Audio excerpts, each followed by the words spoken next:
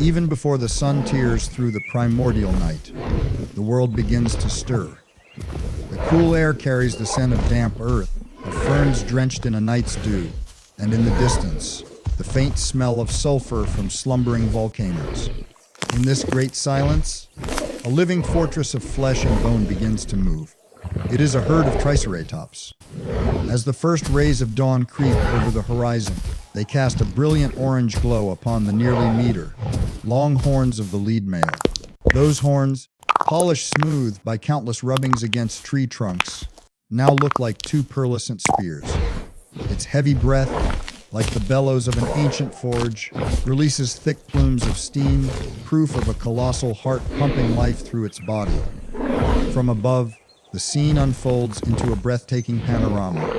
They move like a river of muscle and horn, flowing slowly across the plains. Beneath each meteor, heavy footstep, the ground trembles. Within the circle of these guardian bodies is the herd's future, the young, completely protected. A large male stops, rubbing its majestic horn against a tree, a gesture not just to relieve an itch, but a powerful declaration to the world. This is our land. In its deep brown eyes, the entire dawn sky is reflected. Then, with a decisive shake of its head, it continues the journey toward the primeval forests on the horizon. In the world of the Triceratops, there are no lone individuals. Their strength comes from unity, from a silent language expressed through every gesture. When two adults meet, they gently rub their enormous head frills together. Their horns touch lightly, a greeting, a confirmation of their bond. Their bony frills are a map of valiant lives. The crisscrossing scars and healed fractures are all medals of honor, telling tales of countless battles. When the herd decides to rest, they instinctively form a defensive circle. The young and the weak are sheltered in the center, while a forest of sharp horns points outward. A curious calf struggles with a fern frond, its young jaws not yet strong enough.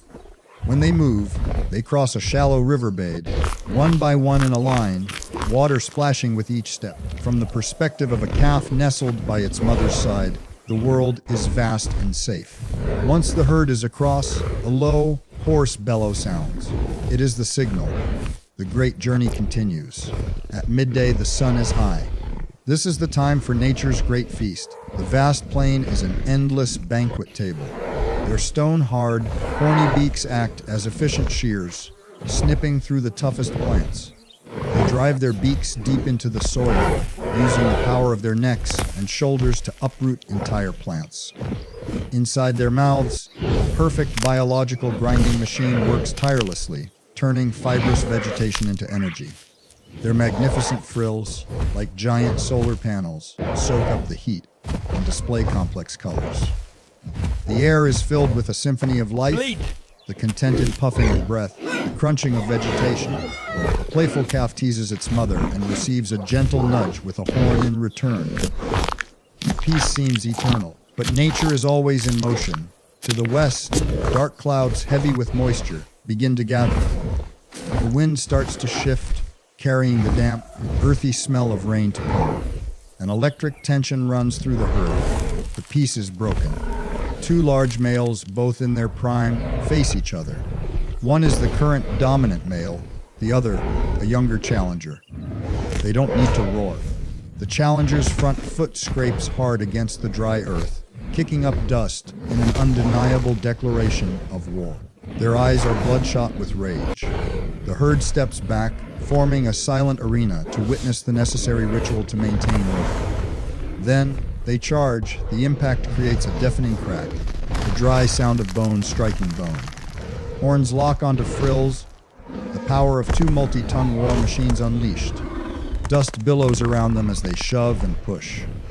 Finally, the challenger is forced back, losing his footing. Knowing he is defeated, he bows his head, panting. The victor does not pursue. He simply stands, head held high. Order has been restored. In a moment of inattention, a young calf has strayed from the safety of the circle. And in this world, danger always lurks. Phantoms of speed, a pack of raptors, have spotted the easy prey. They move like silent, deadly blades. but they have forgotten about maternal instinct. At the calf's first cry of fear, the mother whips around. Her gentle eyes are gone, replaced by fury. She bellows a deafening roar and charges. The signal has been sent. In an instant, the herd acts in perfect coordination. They quickly form a fortress of horns, a moving wall of shields around the trembling calf. One raptor recklessly tries its luck, but all it gets is a powerful horn, a toss that sends it flying through the air like a broken doll. Faced with an armored, enraged army, the intelligent raptors realize the hunt is over. They vanish as quickly as they appeared. The ground begins to tremble with an unfamiliar rhythm. From the edge of the forest, the tyrant of the Cretaceous emerges, Tyrannosaurus rex. It stands there, a mountain of muscle and teeth. It lets out a roar that tears the atmosphere apart. But Triceratops are not weak. They are warriors. The lead male steps forward. It lowers its 3 spears, a stance that is both defensive and defiant. The battle of gods begins. The T-Rex charges with surprising speed, its massive jaws open, aiming for a finishing bite. But it is met with a strategy honed over millions of years. The Triceratops charges forward as well, using its own weight to counter the attack. The moment of impact shakes the very earth. The T-Rex's teeth sink into the tough bone of the frill, drawing blood but failing to land a fatal wound. In return, a long horn gores the predator's flank. This is not a one-on-one fight. The entire herd begins to move, surrounding the T-Rex. From the tyrant's perspective, it no longer sees prey, but a moving wall of horns. Outnumbered and wounded, the T-Rex lets out a roar of frustration and decides to retreat. The victory is quickly overshadowed by the fury of the heavens. The storm arrives. Rain is no longer drops, but walls of water lashing the earth. Lightning rips the night sky apart, and the wind howls. The herd huddles together under the scant cover of large trees. High-pitched bleating. Water streams down their armored backs, washing away the blood and dust of the earlier battle. Roar. With every flash of lightning, the image of an indomitable family is revealed, standing close, using their own bodies to shield each other. They emit low, rumbling calls, not to challenge the storm, but to reassure one another in the dark. A massive nearby tree is uprooted and crashes to the ground, but they do not flinch. They stand through the night like ancient stones, enduring everything nature throws at them. And then, like all storms, it passes. As the first rays of a new day arrive, they bring a promise of rebirth. The sky is clear, the air fresh with the scent of a cleansed world. The sun shines on the lead male's horn, which now looks less like a weapon and more like a glittering crown, a symbol of resilience. Below, the calf, a child of the storm, peacefully nurses.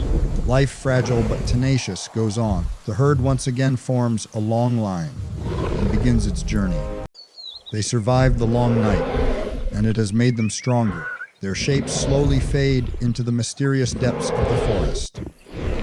The eyes of the leader, having witnessed everything, are now filled with a profound calm, reflecting a world reborn.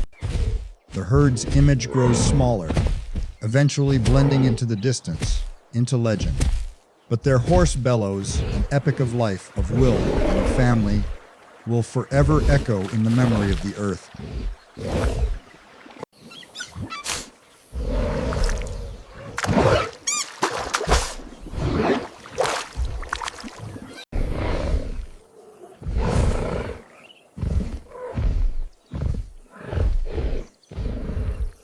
Roar.